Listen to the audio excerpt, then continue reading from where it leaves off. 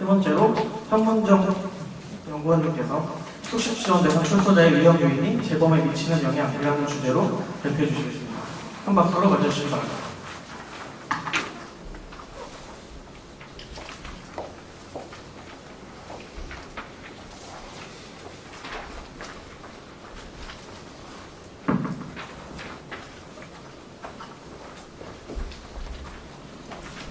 네, 안녕하세요. 저는 경기대학교 범죄심리학 박사를 수료를 한 홍문정입니다. 저는 제목에서 보듯이 숙식지원 대상 출소자의 위험 요인이 재범에 미치는 영향이라는 주제로 연구를 좀 해보고 싶었는데요. 사실 이렇게 연구 주제를 정한 게 보호 데이터의 10년간의 데이터를 보면서 왜 출소자가 출소한 이후에도 재범을 하는지가 되게 궁금했습니다. 근데 10년간의 데이터를 보니까 상담 일지가 있더라고요. 이 상담 일지 안에는 저희가 알고 있는 보호 요인과 위험 요인이 있는데 그 중에서 이 출소자들의 위험 요인들이 좀 많이 나온 것들을 확인해 보면 재범과 뭔가 연관성이 있지 않을까라는 이제 호기심과 궁금증으로 데이터를 살펴보았고 이런 주제로 연구를 좀 해보면 좋겠다는 생각이 숙식지원 대상 출소자의 위험 요인이 재범에 미치는 영향이라는 주제로 연구를 좀 해봤습니다. 사실 10분간의 발표이기 때문에 제가 좀 짧게 구성이 되어 있고 아직도 결과는 진행 중에 있습니다. 네, 다들 아시겠죠? 최근 10년간 형법 범죄자의 재범률 추이를 살펴보면 2009년에 65.9%에서 2018년 69.9%로 재범률은 10년 동안 낮아지지 않고 계속 늘어가고 있는 것을 확인할 수 있습니다. 앞서 김정현 선생님이 얘기하셨듯이 그렇다면 보시는 것 같이 출소자가 출소 후 1년 안에 재범을 하는 비율은 굉장히 높다라고 볼 수 있는데요. 여기서 시사하는 점은 다들 아시겠지만 그럼 출소 후 1년 동안 재범을 예방하고 건전한 사회 복귀를 위해서 이 출소자들의 갱생보호 서비스가 더 필요하다는 것을 알 수 있습니다. 그래서 제가 한번 찾아봤습니다. 출소자가 사회 정착을 위해서 갱생보호 서비스가 어떻게 되고 있는지를 찾아봤더니 10년 동안 2010년에 5만 건에서 2019년 10만 5천 건이 달하는 2배 정도의 출소자들이 출소 후에 갱생보호 서비스가 굉장히 많이 늘어나고 있다는 것을 확인해 볼 수 있었습니다. 그렇다면 왜 출소자들은 다양한 갱생보호 서비스를 받고 있는데도 불구하고 사회 적응을 못하고 재범을 일으키는 걸까 고민을 해봤고 이 사회 적응을 방해하는 여러 요인들이 있기 때문에 대부분 경제적 불안정, 대인관계 문제, 낮은 자존감, 해체된 가족관계, 낮은 삶의 질, 낙인 등이 이 해체된 그 사회 적응을 못하고 위험 요인으로 발생하고 있다는 것을 확인해 볼 수 있었습니다. 그렇다면 출소자들이 성공적인 사회 복귀를 위해서 보호 요인을 증가시키고 앞서 말씀드렸듯이 방해 요인, 즉 위험 요인을 감소시키는 것이 저희가 해야 될 중요한 일 중에 하나라고 생각이 좀 들었습니다. 그래서 저는 연구의 목적을 출소자의 위험 요인과 재범의 상관을 한번 보고 싶었고 그럼 출소자의 심리적 건강의 요인을 파악해보고 싶었습니다.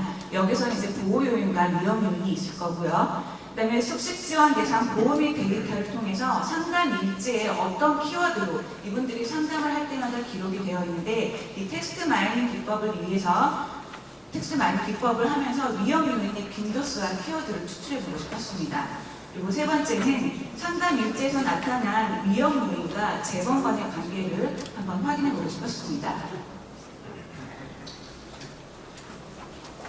그래서 일단은 이제 출소자들의 심리적인 건강 요인 중에서 그럼 위험 요인은 뭐고 보호 요인은 어떤 게 있는지를 한번 찾아봤습니다. 선전 연구에서 찾아봤는데 앞에서 잘 보이실지 모르겠지만 위험 요인으로는 우울, 불안, 반사회성, 공격성, 포기 이런 부분들이 속해 있고요. 보호 요인으로는 자기 통제성, 자아 존중, 책임감, 준법의식 이런 요인들이 속해 있습니다. 그럼 상담 일지에서 이런 요인들의 키워드가 수출이 된다면 저희가 재범을 먼저 확인해 볼 수 있어서 이 사람들에게 조금 더 강화된 사회적인 서비스를 제공해주면 좋겠다는 생각을 하고 있었습니다.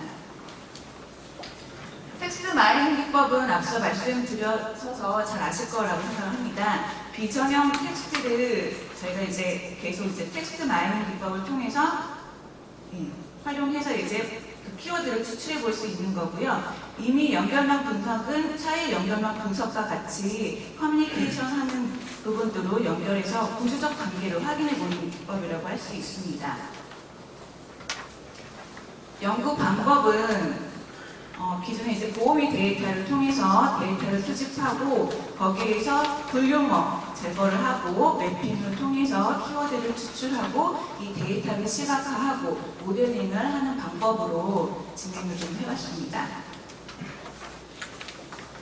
예를 들어 반사회성이라는 것을 저희가 찾아보려고 했었을 때 형태적 분석 결과 여러 개로 쪼개지는 것이 아니라 하나의 단어로 인식해서 추출하는 사전 용어로 지정하는 걸로 기법을 사용했었습니다.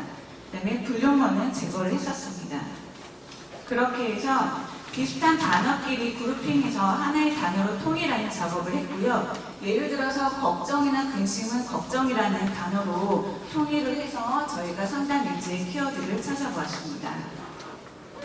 결과입니다. 지금 아직도 진행 중에 있고 이 위험 요인의 텍스트가 굉장히 많고 또 상담 일지가 광범위하기 때문에 아직도 계속 꾸준히 더 위험 요인을 찾아보긴 해야 되겠지만 저희가 지금까지 찾아본 결과를 좀 말씀드리면 초범에서는 걱정이라는 키워드가 굉장히 많이 나왔고 재범에서도 걱정, 스트레스 이런 부분들이 좀 높게 나왔습니다.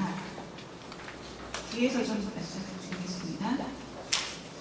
저희가 이제 키워드 분석 과정에서 빈도수 상위 100개의 키워드를 살펴보았고 그중 많이 나왔던 위험 요인의 키워드를 살펴보았습니다. 이건 아직도 진행 중에 있습니다. 여기서 초범이나 재범이 다 걱정이 가장 많은 부분이 나타났고요. 불만이라는 용어에서는 초범보다는 재범에 좀 많이 나왔고 스트레스도 초범보다는 재범에 좀 많이 나왔습니다. 갈등도 재범 쪽 좀 많이 나왔고요. 이런 요인들을 좀 많이 추출해 보면 아무래도 이제 그 재범과 그다음에 이 사람들이 사회 적응을 어떻게 할 수 있는지를 확인해 보고 조금 더 만약에 상담을 진행하다가 이런 상담 일지에서 위험 요인들이 좀 많이 나오면 이 사람들은 조금 더 특별 관리할 수 있는 부분으로 활용을 해보면 좋을 것 같다는 생각을 하고 있고 지금 연구는 아직 계속 진행 중에 있습니다. 이상입니다.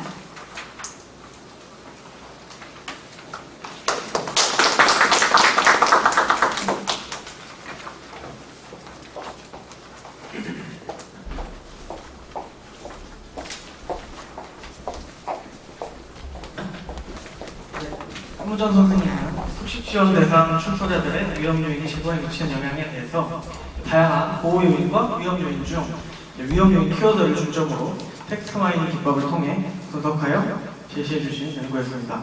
좋은 발표 감사합니다.